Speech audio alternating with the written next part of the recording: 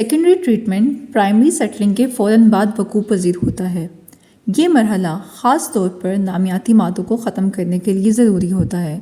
Secondary treatment کن مراحل پر مشتمل ہوتا ہے؟ اس میں کون کون سے عوامل استعمال کیے جاتے ہیں؟ ہم فکسڈ کلچر اور فری کلچر دونوں کے عوامل کا جائزہ لیں گے۔ سیکنڈری ٹریٹمنٹ کا مقصد ویسٹ واٹر میں موجود کاربن اور نائٹروجن پر مشتمل نامیاتی مادوں کا خاتمہ ہوتا ہے جو بیکٹیریا یا دوسرے جاندار سے توڑے جا سکیں۔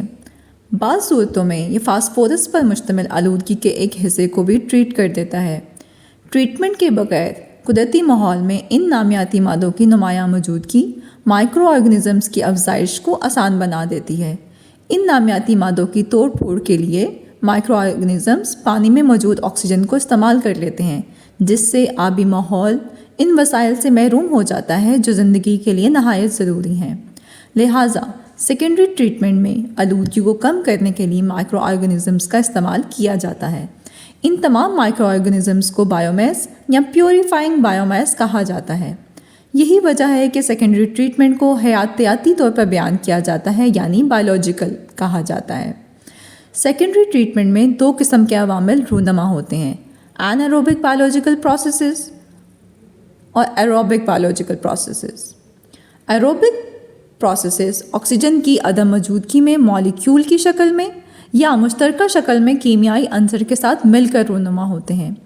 یہ ویسٹ واٹر ٹریٹمنٹ میں زیادہ استعمال نہیں ہوتے، یہاں تک کہ فاسفورس کو ٹریٹ کرنا مطلوب نہ ہو۔ یہ عوامل زیادہ تر سلج ٹریٹمنٹ کے دوران استعمال ہوتے ہیں یا انڈسٹریز سے خارج شدہ ویسٹ واٹر یعنی ایفلوئنٹ کو ٹریٹ کرنے کے دوران۔ آئیے اب ایروبک بایولوجیکل پروسیسز کو دیکھتے ہیں۔ ایروبک بایولوجیکل پروسیس آکسیجن کی موجودگی میں وقوع پذیر ہوتے ہیں۔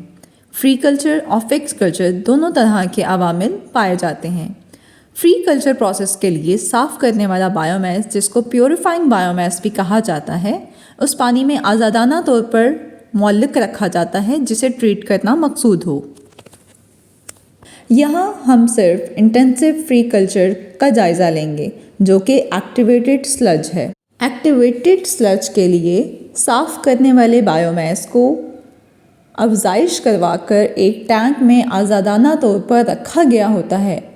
اس ٹینک میں ایک گھومنے والا آلہ، جسے سٹرر کہتے ہیں، لگا ہوتا ہے جو کلچر کو معلق رکھتا ہے۔ اس ٹینک میں ایریشن سسٹم بھی آویزاں ہوتا ہے جو کہ آکسیجن کی ایک مخصوص سطح کو برقرار رکھتا ہے، جو کہ نشوونما اور بایو میس میں موجود سرگرمیوں کے لیے ضروری ہوتی ہے۔ مختلف قسم کے ایکٹیویٹڈ سلج ٹینک پائے جاتے ہیں۔ ایک سادہ ایریشن ٹینک، ایک ٹینک جس میں ایک زون اناکسک ہوتا ہے اور ایک ایریٹڈ، اور ایک ٹینک آکسیڈیشن چینل کے ساتھ۔ اناکسک زون ایسا زون ہے جہاں کوئی مالیکولر آکسیجن موجود نہیں ہوتی۔ فکسڈ کلچر پروسیس میں پیوریفائنگ بایو میس ایک معاون میڈیم کے ساتھ بایو فلم کے ذریعے لگا ہوتا ہے۔ فکسڈ کلچر پروسیس میں پیوریفائنگ بایو میس ایک معاون میڈیم کے ساتھ بایو فلم کے ذریعے لگا ہوتا ہے۔ بایو فلم ایک سطح ہوتی ہے جس پر بیکٹیریا کے سیلز گروہ یا جھرمٹ کی شکل میں ایک خاص ترتیب میں آویزاں ہوتے ہیں۔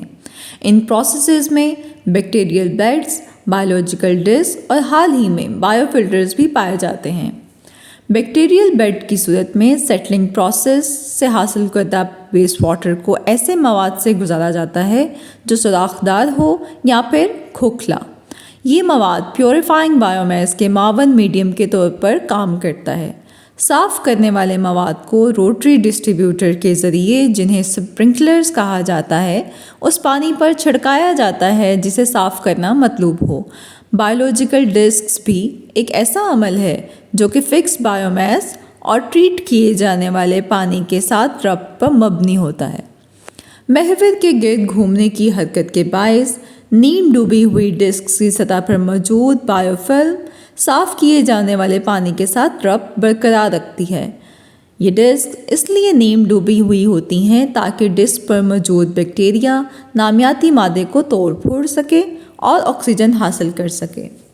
بایو فلٹرز ایسے فلٹرنگ میڈیم کے استعمال پر مبنی ہوتا ہے جو کہ دانے دار ہو سکتا ہے۔ یہ فلٹرنگ میڈیم کالونیز کی شکل میں موجود صاف کرنے والے بایو میس پر مشتمل ہوتا ہے جو ٹریٹ کرنے والے ایفلوئنٹ کو اس میں سے گزارا جاتا ہے۔ آپ کو کیا یاد رکھنے کی ضرورت ہے؟ بایو فلٹرز ایسے فلٹرنگ میڈیم کے استعمال پر مبنی ہوتا ہے جو کہ دانے دار ہو سکتا ہے۔ فلٹرنگ میڈیم کالونیز کی شکل میں موجود صاف کرنے والے بایو میس پر مشتمل ہوتا ہے اور ٹریٹ کرنے والے ایفلوئنٹ کو اس میں سے گزارا جاتا ہے۔ آپ کو کیا یاد رکھنے کی ضرورت ہے؟ سیکنڈری ٹریٹمنٹ کا مقصد قدرتی ماحول میں موجود مائکرو آرگنزمز کو استعمال کرتے ہوئے ایسے بایو ڈیگریڈیبل نامیاتی مواد کو ختم کرنا ہوتا ہے، یعنی ایسا مواد جو بیکٹیریا یا دوسرے جاندار سے توڑا جا سکے۔ ایروبک اور اینائروبک سیکنڈری ٹریٹمنٹ پروسیسز موجود ہوتے ہیں۔ ایروبک بایولوجیکل پروسیس میں پری کلچر اور فکسڈ کلچر پروسیسز پائے جاتے ہیں۔